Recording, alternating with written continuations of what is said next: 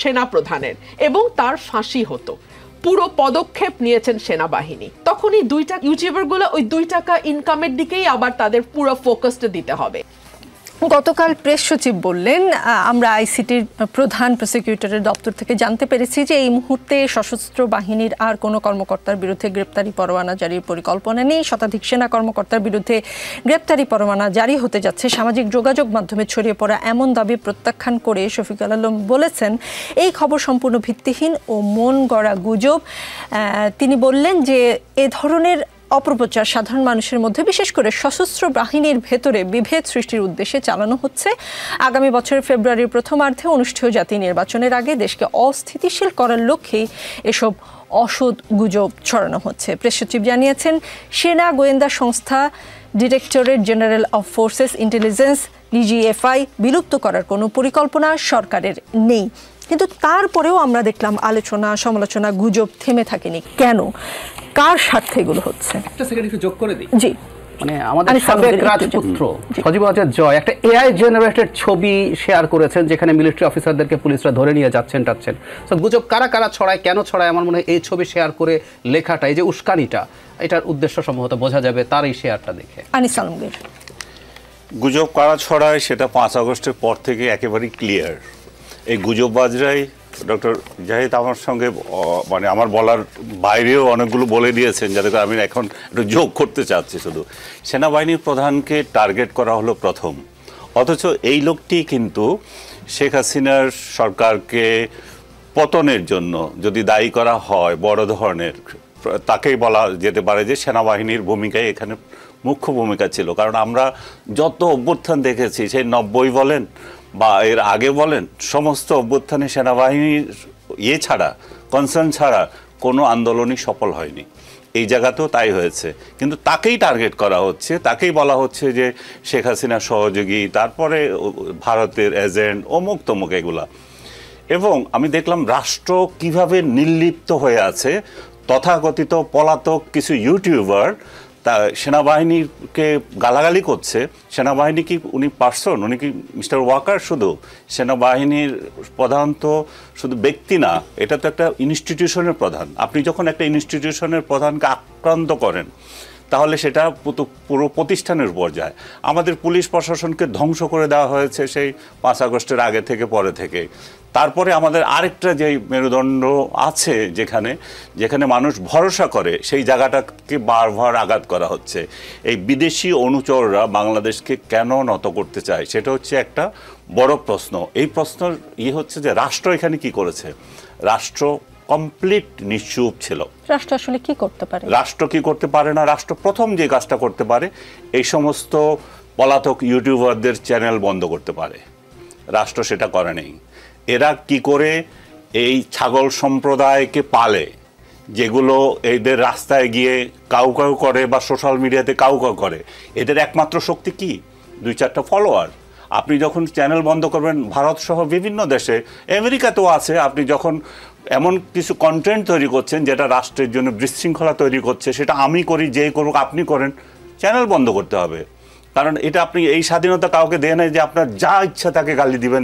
আপনি রাষ্ট্রপতিকে গালি দেবেন, আপনি প্রধানমন্ত্রী উপদেষ্টাকে গালি দেবেন, আপনি বিভিন্ন রাজনৈতিক দলের নেতাদেরকে গালি দেবেন, আপনি আমাকে গালি দিবেন, উনাকে গালি দিবেন, রুমিনকে গালি দিবেন। আপনার যা ইচ্ছা, যখন ইচ্ছা আপনি তখন আমার মা মাসি ধরে গালাগালি করতে পারেন। তা রাষ্ট্র সেটা দিয়েছে, রাষ্ট্র এটাকে এনকারেজ করেছে। রাষ্ট্রর যে শফিক সাহেব এখন প্রশ্ন তুলেছেন, শফিক সাহেবরা শফিককেও গালি দিয়েছে। তাহলে রাষ্ট্র কি এগুলো প্রিভেন্ট করার কোনো ব্যবস্থা নিয়েছে? নেয় নাই।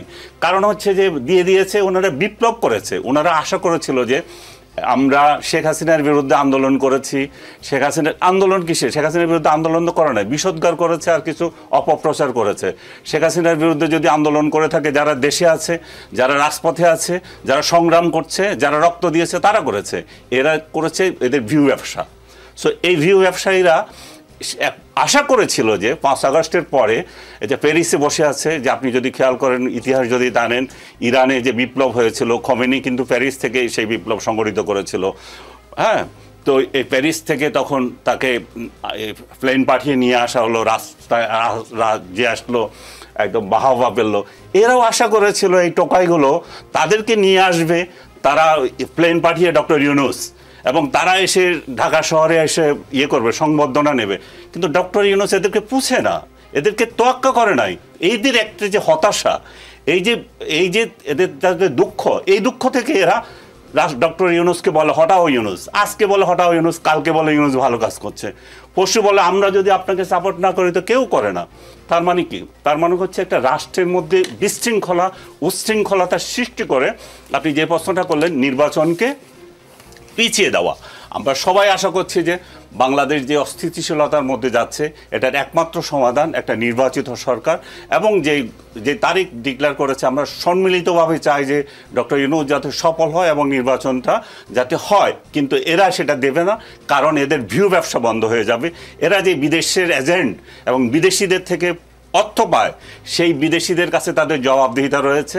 এই দেশ যদি অস্থিতিশীল হয়, এই দেশের প্রতিষ্ঠানগুলো যদি ধ্বংস হয়, ইনক্লুডিং এই ডিজিএফআই, ইনক্লুডিং পুলিশের যে এজেন্সিগুলো, সব একটার পর একটা যদি ধ্বংস হয়, তাহলে এরা উর্দু শান্ত হবে এবং বাংলাদেশ এমন একটা মেরুদণ্ডহীন রাষ্ট্র হবে যাতে আমরা ভারত, পাকিস্তান সহ আরও যারা আমেরিকা যারা আছে তাদের তাবেদার রাষ্ট্রে পরিণত হই। জি, ব্যারিস্টার রুমিন ফারহানা, ইদানিং লক্ষ্য করা যায় যেখানে সেনাবাহিনীর নাম আসে, যেখানে প্রতিষ্ঠান হিসেবে সেনাবাহিনী এবং সেনাপ্রধানকে একরকম দায়ী করার প্রবণতা থাকে, এটা কেন, কারা করে? যারা বাংলাদেশকে অস্থিতিশীল করতে চায়, যারা মুখে বাকি সবাইকে ভারতের এজেন্ট বলে, কিন্তু সত্যিকার অর্থে এজেন্ট হিসেবে পারপাস সার্ভ করা যেটাকে বলে সেটা তারা দেশের বাইরে থেকে করে, তারাই সর্বত্র সেনাপ্রধানের দোষ দেখে। আমি খুবই বিনীতভাবে মনে করিয়ে দেই, 1 অগস্ট থেকে 5 অগস্ট 2024 আমি নিজে মাঠে ছিলাম। সেই সময় চারপাশ থেকে স্লোগান এসেছিল এই মুহূর্তে দরকার সেনাবাহিনী সরকার। সেই সময় যদি সেনাপ্রধান ক্ষমতা নিতেন, আপনি বিশ্বাস করেন মানুষ খুশি ছাড়া কেউ বেজার হতো না, সবাই আনন্দিত হতো। কিন্তু সেনাপ্রধান সেটি করেননি। তিনি অত্যন্ত পেশাদারিত্বের পরিচয় দিয়েছেন এবং তিনি নিজে পরিষ্কার বলেছেন এবং সেটা কাজে পরিণত করেছেন যে বাংলাদেশ সেনাবাহিনীকে তিনি রাজনীতির সঙ্গে আর যুক্ত করতে চান না। সে কারণেই গত 14 মাস তার উপরে নানান রকম মিথ্যে অভিযোগ দায়ের করা হয়েছে, মিথ্যে প্রোপাগান্ডা চালানো হয়েছে, সেনাবাহিনীকে যে ভাষায় সামাজিক যোগাযোগ মাধ্যমে আক্রমণ করা হয়েছে। বাংলাদেশের জন্মের পর কোনো আমলে কারো সময় কখনো সেনাবাহিনীকে নিয়ে এই ধরনের চটুল, অসভ্য, সভ্যতা বিবর্জিত মন্তব্য অতীতে হয়নি, কিন্তু এখন হয়েছে। সো তারা সেনাপ্রধানকে সামনে রেখে সেনাবাহিনীকে ব্যবহার করে নিজেদের যে ফায়দা হাসিল করতে চেয়েছিল 14 মাসে, তারা মিজারেবলি ফেল করেছে। এবং সেনাপ্রধান শুধু একবার না, বারবার তার প্রজ্ঞা এবং ধৈর্যের পরিচয় দিয়েছেন। কেন? একটু বলছিলেন আনিস আলমগীর ভাই যে আজকে যদি এই কুটা ব্যর্থ, মানে কুতো না, এই গণ অভ্যুত্থানটা ব্যর্থ হতো, বিশ্বাস করেন ওনার ভাষায় উনি যাদেরকে টোকাই বলছেন তাদের কাউকে আপনি খুঁজে পেতেন না, কিন্তু কোর্ট মার্শাল হতো সেনাপ্রধানের এবং তার ফাঁসি হতো। এক্সিস্টিং সরকারের অর্ডারের বিরুদ্ধে গিয়ে সাধারণ জনগণের কাতারে দাঁড়াবার অপরাধে ওনার কোর্ট মার্শাল হতো। সুতরাং কোনো ফর্মাল, মানে কোনো একজন ব্যক্তিকে যদি আপনি আইসোলেট করেন যে ফর্মালি তার উপরে খড়গহস্ত নেমে আসতো আওয়ামী লীগ আমলের, সেটা হচ্ছেন জেনারেল ওয়াকারুজ্জামান, তার উপরে আসতো। 1, 2 হলো আমাদের ভুলে গেলে চলবে না যে একটা রক্তপাত যতদূর সম্ভব কমিয়ে আনবার পুরো পদক্ষেপ নিয়েছেন সেনাবাহিনী। যদি সেনা প্রধানের নির্দেশে সেই সময় সাধারণ মানুষের উপর গুলি চালানো হতো, সরকার তো চেয়েছিল গুলি চালাতে, সরকার তো অর্ডার দিয়েছিল, সরকার তো করেছিল, কারফিউ দিয়েছিল, সেই সময় যদি সাধারণ মানুষের উপর গুলি চালাতো সেনাবাহিনী, আপনি আমাকে বলেন তো রক্তপাতের পরিমাণটা কোথায় গিয়ে দাঁড়াতো? 3 হলো শেখ হাসিনাকে যদি গণভবনে গুলি করে মেরে ফেলা হতো, যেটা নাকি শেখ হাসিনা নিজেও বলছিলেন যে আমাকে মেরে ফেলেন আপনারা, ওই সময় যদি তার ওখানে রক্তপাত হতো, আজকে আওয়ামী লীগের যে বিচারের কথা হচ্ছে সেটার চেয়ে কিন্তু অনেক বড় হয়ে দাঁড়াতো যে তার দলের লোকজন বলবার সুযোগ পেত তিনি দেশের জন্য জীবন দিয়েছেন, তিনি দেশ থেকে সরে যাননি, দেশের স্থিতিশীলতা, দেশের সার্বভৌমত্ব এবং দেশপ্রেম থেকে তিনি আত্মবিসর্জন দিয়েছেন। জনাব ওয়াকারুজ্জামান কিন্তু সেটাও করতে দেন নাই, তিনি নিরাপদে তাকে চলে যেতে দিয়েছেন সো দ্যাট পরবর্তীতে পুরো বিষয়টিকে ট্রায়ালের আন্ডারে আপনি আনতে পারেন। একটা আবেগ যেখানে তৈরি হতে পারতো সেটা তৈরি হতে না দিয়ে উনি পেশাদারিত্বের সঙ্গে পুরো সময়ের এই 36 দিন প্লাস এর আগের 15 বছর সবই তো এখন আস্তে আস্তে সামনে আসছে, সেগুলোকে একটা প্রপার ট্রায়ালের মধ্যে আনবার চেষ্টা উনি করেছেন। সুতরাং এবং last but not the least, তার সবচেয়ে বড় অপরাধ হচ্ছে তিনি প্রথম থেকে একটা নির্বাচনের কথা বলছেন। এই নির্বাচনটা না অনেকেই চায় না। কারা চায় না? কিছু বিদেশি ইউটিউবার যারা এখন মনে করে যে এই সরকার থাকলে তারা খুবই পাওয়ার এক্সারসাইজ করতে পারবে, এবং তারা পাওয়ার এক্সারসাইজ করেও। বেশ কিছু নিয়োগ আমরা দেখেছি সরকারের ভেতরে, যেটা একেবারে বোঝাই যায় যে তাদের গ্রিন সিগন্যালে নিয়োগগুলো হয়েছে। সো তারা যে একটা আনহোলি নেক্সাস তৈরি করে একটা আনহোলি পাওয়ার এক্সারসাইজ করতে পারছে, একটা নির্বাচন হওয়ার পরে যখন একটা জনগণের ম্যান্ডেট পাওয়ার সরকার আসবে, তখন এই 2 টাকার ইউটিউবারগুলো ওই 2 টাকা ইনকামের দিকেই আবার তাদের পুরো ফোকাসটা দিতে হবে। তো তারা তো তখন এই যে রাষ্ট্রের বড় বড় সিদ্ধান্তকে ম্যানিপুলেট করা, রাষ্ট্রের কে কোথায় কোন পদে বসবে সেটাকে ম্যানিপুলেট করা, এই কাজগুলো তো আসলে তারা তখন আর করতে পারবে না। এবং যখন যাকে খুশি তাকে পিক করলো, তাকে নিয়ে যাচ্ছে তাই মিথ্যা প্রোপাগান্ডা ছড়ালো এবং তাকে মনে করলো যে পলিটিক্যালি তাকে যথেষ্ট হ্যারাস করা হয়েছে। এই যে একটা অবারিত সুযোগ ইউনূস সাহেব উদাস মুখে চেয়ারে বসে থেকে এই ইউটিউবারদের দিচ্ছেন, এটা তো আসলে একটা নির্বাচিত সরকারের সময় এই পাত্তাটাই তারা পাবে না। সো এইসব কারণে যারা নির্বাচনের কথা বলে, আপনি একদম লক্ষ্য করে দেখবেন, আমি শুরু থেকে নির্বাচনের কথা বলেছি, বারবার নির্বাচনের কথা বলেছি। আমাকে ভারতের এজেন্ট বলা হয়েছে, রয়ের এজেন্ট বলা হয়েছে, আমাকে ম্যালাইন করা হয়েছে, আমাকে স্টিগমাটাইজ করা হয়েছে জাস্ট বিকজ আমি নির্বাচনের কথা বলছি। একদম একই কারণে সেনাপ্রধানকেও বারবার নানান রকম হেনস্থার মুখোমুখি হতে হচ্ছে। তবে বাংলাদেশের সৌভাগ্য যে জেনারেল ওয়াকারের মতন একজন সেনাপ্রধান তারা পেয়েছে। কেন বলছি? তিনি ওই 36 দিনের তার যেই অবদান, সেটাকে আমি একপাশে সরিয়ে রেখে বলি, তিনি চাইলে বাংলাদেশকে মিলিটারি শাসনের দিকে নিতে পারতেন, নেন নাই। তিনি একজন আর্মি পার্সোনাল হয়েও বারবার নির্বাচনের তাগিদ দিয়েছেন। এটা কিন্তু একজন আর্মি পার্সনের কাছ থেকে আমরা দেখে অভ্যস্ত না। সো তিনি কিন্তু তার সমস্ত পিছনের ইয়েগুলো ভেঙে দিয়ে, নর্ম যেগুলো আমরা দেখে অভ্যস্ত সেই জায়গাগুলো ভেঙে দিয়ে তিনি একেবারে পেশাদারিত্বের একটা পরিচয় দিয়েছেন। আজকে আমি একটা নিউজ দেখছিলাম, আপনি নিশ্চয়ই জানেন যে আইসিটি অ্যাক্ট সংশোধন করা হয়েছে এবং সেখানে সেকশন 23-তে বলা হচ্ছে যে যদি কোনো ব্যক্তি আইনের 3 নম্বর ধারায় বর্ণিত অপরাধে অভিযুক্ত চার্জ হন, তাহলে অভিযোগ গঠনের মুহূর্ত থেকে তিনি চাকরি থেকে বরখাস্ত বা পদচ্যুত হবেন। আমি একজন আইনজীবী হিসেবে শুধু এটুকুই বলি যে এই সেকশনটা এইটা সংবিধানের সঙ্গে সরাসরি সাংঘর্ষিক। সংবিধানের আর্টিকেল 35 অ্যান্ড আর্টিকেল 26 ক্লিয়ারলি বলে দিচ্ছে যে কোনো ব্যক্তিকে বিচার হওয়ার আগে, দোষী সাব্যস্ত হওয়ার আগে তার বিরুদ্ধে কোনো শাস্তিমূলক ব্যবস্থা নেওয়া যাবে না। এবং 26 বলছে যে কোনো আইন যদি সংবিধানের এই পার্টের সঙ্গে, পার্ট 3 এর সঙ্গে সাংঘর্ষিক হয়, তাহলে সেই আইনটি then and there void, null and void বলে গণ্য হবে। কিন্তু আমি তো আইনের মারপেচ যতদূর বুঝি না ব্যারিস্টার রুমিন ফারহানা, আমি পরে এসে আপনার কাছে উত্তরটা নিব। যেটা আজকে চিফ প্রসিকিউটর বলেছেন, মানবতা বিরোধী অপরাধ, যুদ্ধাপরাধ ও গণহত্যার বিচার নিয়ে আন্তর্জাতিক অপরাধ ট্রাইব্যুনালের এই আইন তৈরি করা হয়েছে। এসব আইন সংবিধানের কোনো অনুচ্ছেদ বা বিধানের সঙ্গে অসামঞ্জস্যপূর্ণ হলেও প্রাধান্য পাবে। অর্থাৎ সংবিধান নিজেই বলে দিচ্ছে যে সংবিধানের চেয়েও আন্তর্জাতিক অপরাধ ট্রাইব্যুনাল আইন শক্তিশালী, এটি সংবিধানের মাধ্যমে স্বীকৃত। তাই এই আইনের কোনো বিধানকে চ্যালেঞ্জ করা যাবে না, এই আইনের কোনো বিধানকে চ্যালেঞ্জ করে উচ্চ আদালতে রিটও করা যাবে না, এটি সব আইনের উপর প্রাধান্য পাবে। সুতরাং এই আইনের বিধানে যে বিচারের প্রক্রিয়া রয়েছে তার মধ্য দিয়েই সবাইকে চলতে হবে এবং বাইরে যাওয়ার কোনো সুযোগ নেই। আমি ফিরে এসে আপনার কাছে উত্তর নিব।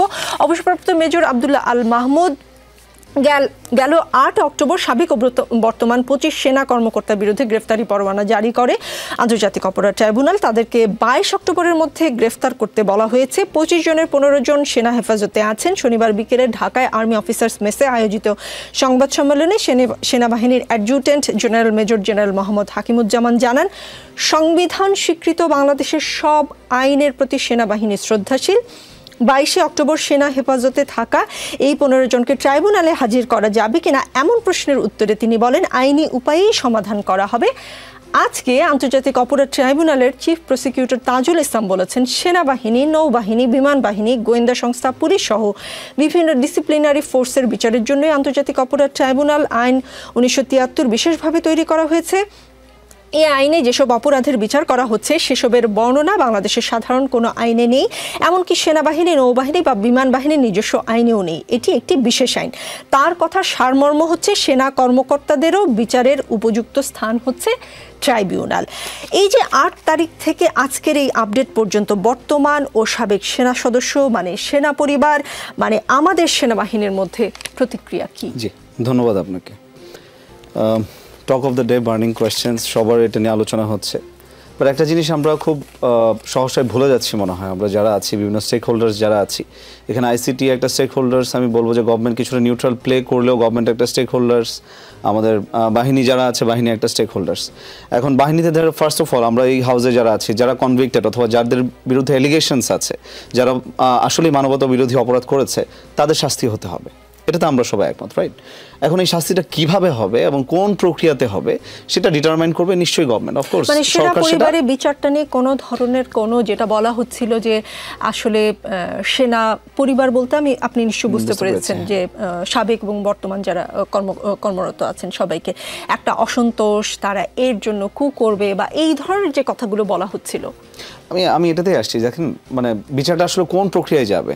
এখন যখন তাদের বিরুদ্ধে এই আইনি পদক্ষেপ নেওয়া হয়েছে, অবশ্যই দেশের সার্বভৌমত্বের রক্ষাকারীর যে প্রতীক বাংলাদেশ সেনাবাহিনী অথবা অন্য সশস্ত্র বাহিনীর অন্যান্য যে সংস্থাগুলো আছে, তারা কখনোই দেশের প্রচলিত আইনের বাইরে যেয়ে কিন্তু অদ্যাবধি কোনো ধরনের কাজ করে না। অর্থাৎ বিচারিক প্রক্রিয়া যখন একটা শুরু হয়েছে, সেই বিচারিক প্রক্রিয়াকে অবশ্যই তারা ইতিহাস বলে সম্পূর্ণ শ্রদ্ধা দেখিয়েছে। 7 মার্ডার থেকে শুরু করে যাদেরকে হস্তান্তর করা হয়েছিল সব ধরনের নজির কিন্তু আছে।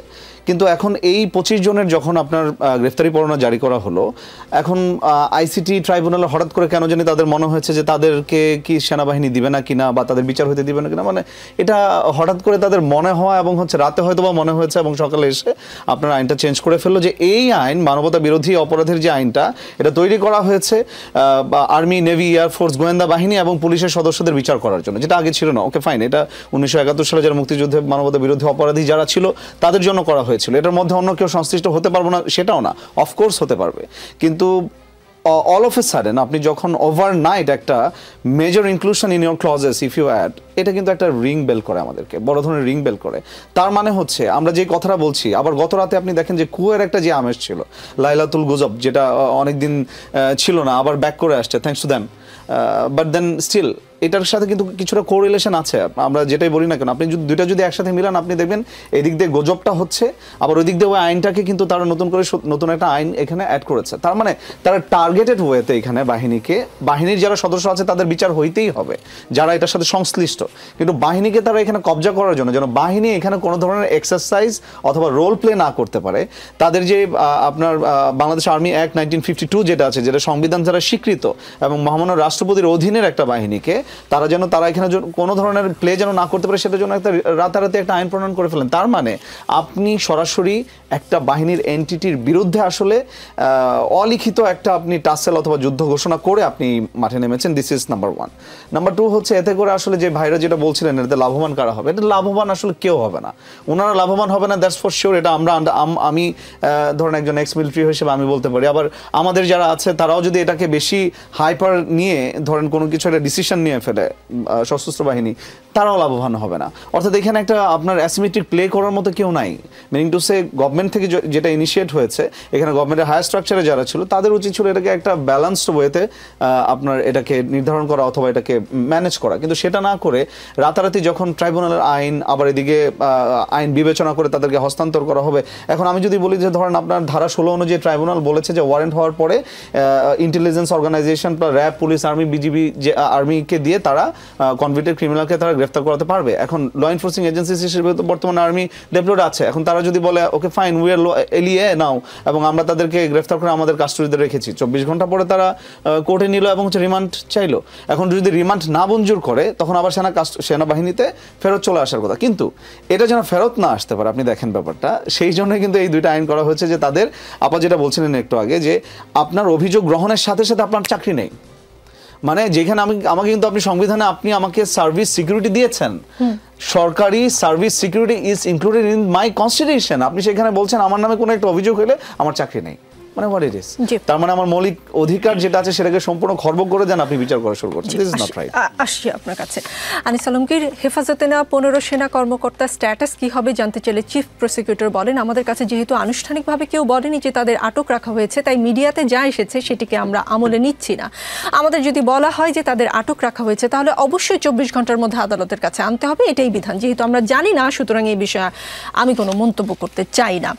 শনিবারের সংবাদ সম্মেলনে সেনাবাহিনীর adjutant general major general Mohammad Hakimuzzaman বলেন, তাদের বিষয়ে সামাজিক যোগাযোগ মাধ্যমে এবং টিভিতে স্ক্রল দেখে স্বপ্রণোদিত হয়ে আমরা তাদের হেফাজতে নেওয়ার উদ্যোগ নিয়েছি, মানে যাদের বিরুদ্ধে গ্রেফতারি পরোয়ানা ছিল। আজ পর্যন্ত আমাদের কাছে গ্রেফতারি পরোয়ানার কোনো কাগজ আসেনি, গতকালকে সংবাদ সম্মেলনে এটা বলেছে। মিডিয়ায় কি তাহলে এই দুই পক্ষের মধ্যে যোগাযোগের মাধ্যম?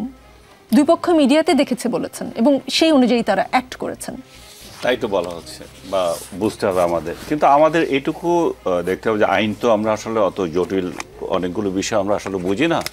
সেনাবাহিনীকে যদি এইখানে প্রোটেকশন দেওয়া হয় প্রচলিত আইনের বাইরে, তাহলে সেটা কি কার্যকরী হচ্ছে কিনা সেটাও কিন্তু দেখার বিষয় আছে। আমরা এই প্রথম দেখছি যে তারা তাদের আদালতের বাইরে এসে একটা পাবলিক আদালতে এই বিচারের সম্মুখীন হচ্ছে, যেটা আমরা অতীতে দেখিনি। তাও এই জন্য মানুষের কাছে এটা বিষয়টা বিস্ময়কর লাগছে। যদি রাষ্ট্রের আইন যদি এটা কভার করে যে তারাও সাধারণ জনগণের মতো তারা এখানে আসতে পারবে, তাহলে ঠিক আছে। আর তারা যেই প্রতিষ্ঠানগুলোতে চাকরি করে এই জিনিসটা কেউ বলছে না, ওই প্রতিষ্ঠানগুলোই তো তাদেরকে ওই প্রোটেকশন দিচ্ছে এবং ওই প্রতিষ্ঠানগুলোর কার্যক্রম নীতিমালা এমন যে সে ওইভাবে অ্যাক্ট করতে পারছে। আমরা এখানে কিন্তু পার্সন খুলে দেখতেছি প্রতিষ্ঠানগুলো কিভাবে করছে। আমি যদি বলি, আমার দৃষ্টিতে 111 থেকে যেই ডিজিএফআই বলেন এবং অন্যান্য সংস্থাগুলো বলেন যাদেরকে অভিযুক্ত করা হয়েছে এই সমস্ত কাজের জন্য, সেই প্রধানগুলো থেকে শুরু করে অন্যরা, আমি তো দেখি 111-এ যে স্টাইলে সরকার চলেছিল, শেখ হাসিনার শুধু এটা কন্টিনিউশন ছিল, এটা নতুন কিছু হয় নাই। সো আপনি যদি কোনো প্রতিষ্ঠানের ব্যক্তিকে যদি দায়বদ্ধ করতে চান, আমি একটা টেলিভিশনের হেড, আমাকে যদি দায়বদ্ধ করেন তাহলে এখানে কার্যক্রম কীরকম সেটা চেঞ্জ করতে হবে আগে। তো আপনি তো প্রতিষ্ঠানগুলোকে চেঞ্জ করেন নাই, প্রতিষ্ঠানগুলোর কার্যক্রম চেঞ্জ করেন নাই। এখন হঠাৎ করে এসে আমাকে যে দায়িত্ব দেওয়া হয়েছিল সেই দায়িত্ব আমি পালন করলাম কেন, এটা নিয়ে কোশ্চেন করেছেন। এটা নিয়ে কোশ্চেন করাতে এটা জাতীয় এবং আন্তর্জাতিকভাবে এটা বিতর্কিত হচ্ছে।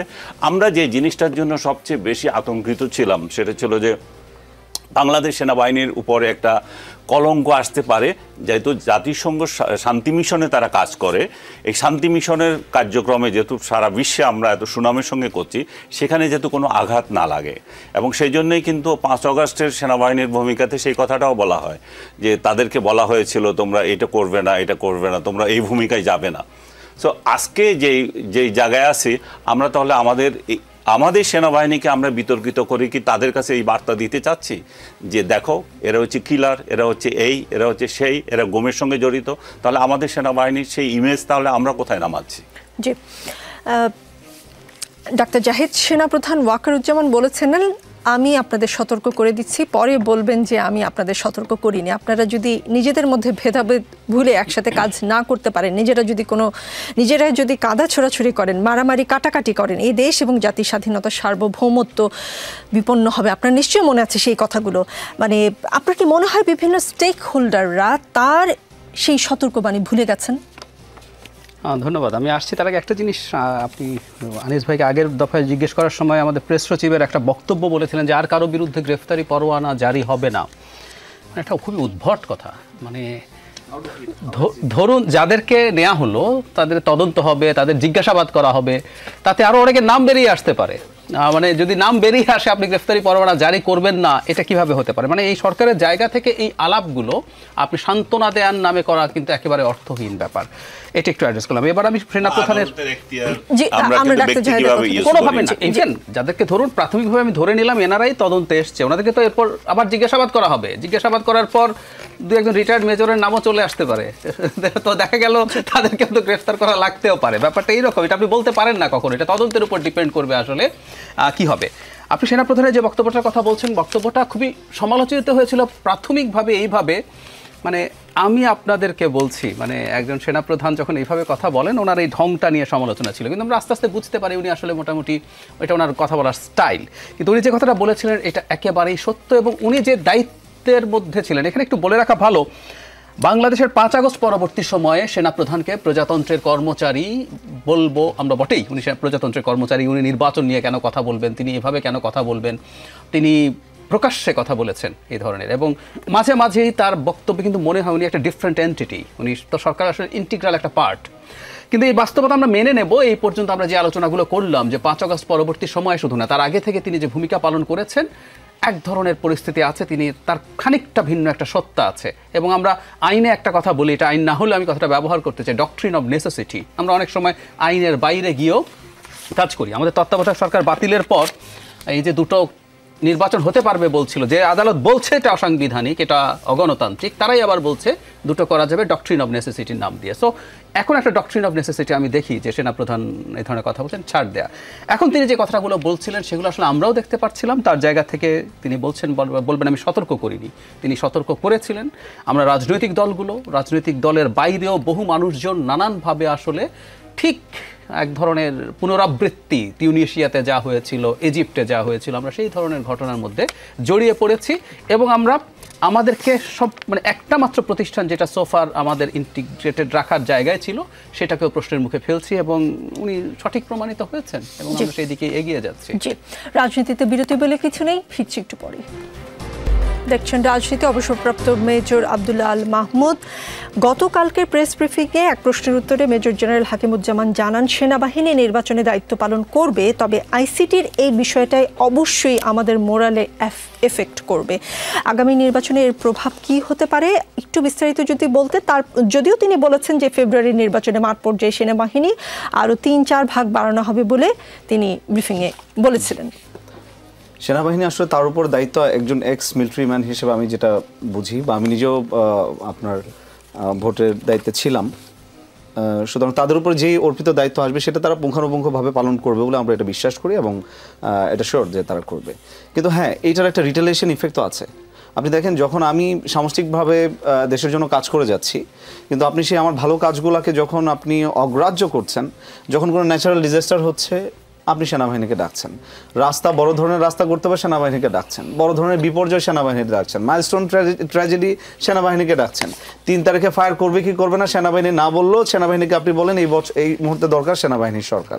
কিন্তু যেই কিনা আপনার কোনো একটা আইনি প্রক্রিয়ার মধ্যে আপনি যখন যাচ্ছেন, সেটাতে অন্য পক্ষের কোনো একটা সে থাকতে পারে, আমি জাস্ট সেইং যে সে থাকতে পারে, যারা convicted criminal they must be hanged, or যেরকম প্রসিজার অনুযায়ী যেটা করা দরকার সেটা হবে, সেটা নিয়ে কোনো প্রশ্ন নাই। কিন্তু একটা এন্টিটিকে যখন আপনি টার্গেট করে সেই এন্টিটিটাকে ডাউন করার জন্য আপনি ক্রমাগত একটার পর একটা নতুন নতুন আইন প্রণয়ন করছেন, এবং হচ্ছে তার সদস্যদেরকে তারা ডিল করতে পারবে না, আমি ডিল করব, এরকম একটা যখন মোরালগিরি অ্যাটিটিউড আপনি শুরু করছেন, তখন তো আমি তো অটোমেটিক্যালি ডাউন হয়ে গিয়েছি, এবং আমার এটা মোরাল ইফেক্ট পড়বে, অফকোর্স পড়বে, এবং এটার ইম্প্যাক্ট অফকোর্স এটা আপনার নির্বাচনে তো পড়তেই পারে। ল এনফোর্সিং এজেন্সি হিসেবে যখন এবার সেনাবাহিনী এবার থাকবে, স্ট্রাইকিং ফোর্স হিসেবে না, স্ট্রাইকিং ফোর্স এবং ল এনফোর্সিং এজেন্সির মধ্যে একটা বড় তফাৎ আছে, যেহেতু কেন্দ্রের ভিতরেও থাকার মতো দায়িত্ব তাদের আছে। এখন আপনি যখন একটা দেশের শেষ রিসোর্টকে বা আইনশৃঙ্খলা বাহিনীর রিসোর্টকে আপনি ভেঙে দিতে চাচ্ছেন, মনোবল ডাউন করে দিচ্ছেন, কার্ভ করে দিচ্ছেন, তাদের কাছ থেকে আপনি 100% এক্সপেক্ট করাটা মনে হয় যে সমীচীন না। কিন্তু আমরা এটা আবার বিশ্বাস করতে চাই, এই এরকম অনেক ঝামেলা আগেও হয়েছে, 3 আগস্টের পরে 5 আগস্টের সময় পরেও হয়েছে অনেক কিছু, কিন্তু আমাদের সেনাবাহিনী এই বিষয়গুলোকে সুন্দরভাবে অবলোকন করে তারা সঠিক সিদ্ধান্ত নিয়েছে এই যাবৎকাল পর্যন্ত, এবং নির্বাচন তদারকির ক্ষেত্রেও তারা সঠিক সিদ্ধান্ত নেবে বলে আমি মনে করি। কিন্তু এই ক্ষেত্রে সরকার পর্যায়ে যারা আছেন, আমি এখানে বলবো মাননীয় প্রধান উপদেষ্টার কথাই বলবো, যেহেতু একটা স্টেট লেভেল ইস্যু যে স্টেটম্যান শুড গেট ইনভলভ। এখানে আপনি অন্যান্য স্টেক হোল্ডার্স তো থাকবে, কিন্তু স্টেটসম্যান হিসেবে ওনাকে এখানে ইনভলভ হওয়া দরকার, এবং এইখানে কোনো ধরনের ফিড গ্যাপ থাকে সেটাকে অ্যানালিসিস করে সেই গ্যাপটা পূরণ করা অত্যন্ত দরকার। অথবা আর না হয় আসলে আমাদের বাজে ধরনের কোনো একটা অভিজ্ঞতা হতে পারে। ইন এ সেন্স আমি বলছি না যে কোনো কুয়ো, যে লাইলাতুল গজবের কুয়োর কথা অসম্ভব, এটা হবে না। আমরা জানি আমাদের জুনিয়র অফিসার প্লাস সমসাময়িক অফিসার যারা আছে তাদের সাথে আমাদের যোগাযোগ হয়। বাংলাদেশে যে ডিপ্লয়মেন্ট বর্তমানে আছে, অলরেডি তো ডিপ্লয়েড আছে, যে কোনো সময় তো আসলে তাহলে ক্ষমতা দখল করতে পারতো। 3 আগস্টের পরবর্তী থেকে শুরু করে অদ্যাবধি পর্যন্ত করে নাই, করবে না ভাই। দেশের প্রতি বাংলাদেশের সেনাবাহিনীর বিগত সময় 111-এর সময় যেই কলঙ্কিত আমরা হয়েছি, যে কলঙ্ক আমাদের ছিল, এই কলঙ্ক আর এই বর্তমান সেনাবাহিনী কখনো আর ক্যারি ফরওয়ার্ড করবে না। সুতরাং তাদের উপর যে আস্থার জায়গাটা আছে সেটাকে কারা যেন আপনার কলঙ্কিত করতে যাচ্ছে, কারা যেন সেটাকে দূষিত করতে যাচ্ছে, সেটাকে আসলে জনগণের সামনে এমনভাবে উপস্থাপন করতে চাচ্ছে যে আসলে সেনাবাহিনী ভিলেন। আমরা যার মাধ্যমে দেশের সার্বভৌমত্ব রক্ষা করতে যাচ্ছি, দেশের পতাকা ধরে রাখতে যাচ্ছি, তাকে যখন আমি ভিলেন করতে যাচ্ছি, কারা করতে যাচ্ছে, এটা অবশ্যই হতে দেখা দরকার। ব্যারিস্টার রুমিন ফারহানা, যেটা বলেছেন মেজর জেনারেল হাকিমুজ্জামান যে আইসিটির এই বিষয়টা অবশ্যই আমাদের মোরাল এফেক্ট করবে, সেইটা করাটা অস্বাভাবিক কিনা জানাবেন। সাথে আরেকটা বিষয় মাঠের আলোচনায় আছে, নির্বাচনের আগে সরকার পরিবর্তন হতে পারে। এটা কি কেবলই মাঠের আলোচনা নাকি উচ্চ মহলের আলোচনার টেবিলের সিরিয়াস ইস্যু? দুটো প্রশ্ন। ডেফিনেটলি সেনাবাহিনীকে মরালি যেভাবে ব্রেকডাউনের চেষ্টা হচ্ছে গত 14 মাসে, তার একটা এফেক্ট তো ইলেকশনে আসবেই। ইলেকশনের আগেই এখন কিন্তু অলরেডি সেনাবাহিনী মাঠে আছে ম্যাজিস্ট্রেসি পাওয়ার নিয়ে। এর মধ্যে আমরা দেখলাম একটার পর একটা ঘটনা ঘটছে এবং অলমোস্ট প্রতিদিন কোথাও না কোথাও কোনো না কোনো ঘটনা ঘটছে। গতকালকে একটা নিউজে দেখলাম একজন পুলিশ কর্মকর্তা বলছেন, আমি এই দেশে আর চাকরি করতে চাই না, আমি চাকরি বদলানোর চিন্তা করছি, কারণ এখন যে কেউ যে কোনো সময় আসলে আমাদের গায়ে হাত তুলে ফেলে। সম্ভবত একজন রিক্সা চালক তাকে মারতে এসেছিলেন, এর পরিপ্রেক্ষিতে একজন অ্যাডিশনাল এসপিকে কিভাবে হেনস্থা করা হয়েছে কিছুদিন আগে আপনারা দেখেছেন। সো বাংলাদেশে একটা বড় চক্রান্ত আছে নির্বাচনটাকে ঘিরে, এবং একটা অংশ যারা হয়তো মনে করছে যে তারা যতটা হাইপ তুলছে সামাজিক যোগাযোগ মাধ্যমে, তারা যতটা দেখানোর চেষ্টা করছে যে মানুষ তাদের সঙ্গে আছে, মানুষ কিন্তু আসলে ভোটের মাঠে তাদের সঙ্গে নাই। সো যেই মুহূর্তে একটা নির্বাচন হয়ে যাবে, নির্বাচনটা যদি সুষ্ঠু হয়, তাহলে কিন্তু দুধ কা দুধ পানি কা পানি খুব পরিষ্কার হয়ে যাবে যে আসলে কার ভোটের ব্যাংকের অবস্থা কীরকম। তারা চাইছে না নির্বাচনটি হোক। সো একদিকে তারা কখনো পিআরের কথা বলছে, কখনো জুলাই সনদের কথা বলছে, কখনো জুলাই সনদের আইনি ভিত্তি না হলে নির্বাচনে যাবে না হুমকি দিচ্ছে, কখনো বলছে যে একটা স্পেসিফিক মার্কা ছাড়া আমি কোনো অবস্থাতেই নির্বাচন করব না।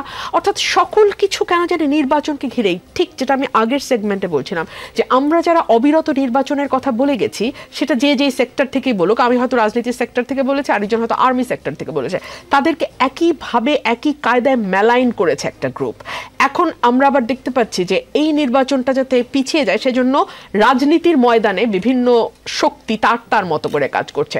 সো নির্বাচনটাকে ঘিরে ষড়যন্ত্র আছে, ব্যাপক ষড়যন্ত্র আছে। আর এই 14 মাসে মধ্যে বেশিরভাগ সময় তো সেনাবাহিনী ম্যাজিস্ট্রেসি পাওয়ার নিয়ে ছিল। সো সাধারণ মানুষের কাছে কিন্তু বিষয়টা এখন অনেকটাই অভ্যস্ততায় পরিণত হয়েছে। সো একসময় সেনাবাহিনীর পোশাক পরা দুজনকে মাঠে দেখলেই মানুষ যেরকম একেবারে সোজা হয়ে হাঁটা শুরু করত, সেই অবস্থা এখন আর নাই। আর তারপরে তো এর পেছনে যারা নির্বাচন ঘিরে ষড়যন্ত্র করছে, তাদের নানান রকম নকশা আছে। আমি যেটা বলছিলাম যে নানানভাবে সামাজিক যোগাযোগ মাধ্যমে মেলাইন করা, যাতা কথা বলা, যে কোনো সময় লোক ডাক দেয়া, এই কু হচ্ছে এই আওয়াজ তোলা, ইত্যাদি ইত্যাদি তো চলছে, অবিরাম চলছে। তো সকল কিছু গিয়েই নির্বাচনকে এফেক্ট করবে। নিশ্চয়ই আপনি বলেননি যে এই সরকারের অধীনে নির্বাচন হবে না, নতুন মুখ দেখা যাবে, এইরকম কথা আমি একজন ক্যান্ডিডেট হিসেবে আমি সেটা চাই। আমি চাই নির্বাচনে একজন প্রার্থী হিসেবে, সক্রিয় প্রার্থী হিসেবে আমি সেটা চাই। তার অনেকগুলো কারণ আছে। আমি এই সরকারকে শুরু থেকেই একটি বিশেষ রাজনৈতিক দলের প্রতি অনেক বেশি ঝুঁকে থাকতে দেখেছি।